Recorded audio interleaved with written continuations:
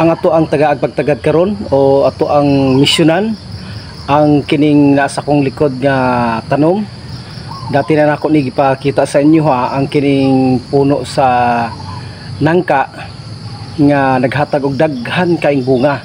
Ug dili lang daghang bunga kundi tamis siya ug baga pagyud ang iyahang unod. So, inyong makita diha sa taas kanay nga nadaot ang iyahang tumoy. Mo nga tagaan nato kini siya og kining pagtagad. Ang himuon nato sakaon nato og diyon ako ipasaka nato na siya, putulon ang naa sa kanang naa sa taas kana. So maputol na siya, pinturahan nato na siya para dili na maglala o mudako ang iyahang bulok sa iyahang kahoy. Yan to ana. Hinahinay nagsaka og dala niya ang kining pintura para isahod na lang niya pag trabaho dito sa taas kay kapoy na daw balik-balik.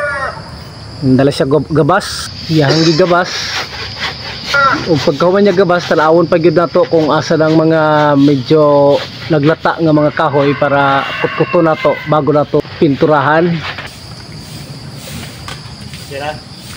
So ang hinungdan aning pagagabok aning nangka nga giuna niya in taon to taas kaning anay na kadaghan kay anay oh. So nakahimo ta karong conclusion sa hinungdan ngano nga napatay ang dito sa taas sa ato ang punuan sa nangka kani mga anay, daghan ng mga anay. Ato ang gipalugit ug sakto ang mga bulok.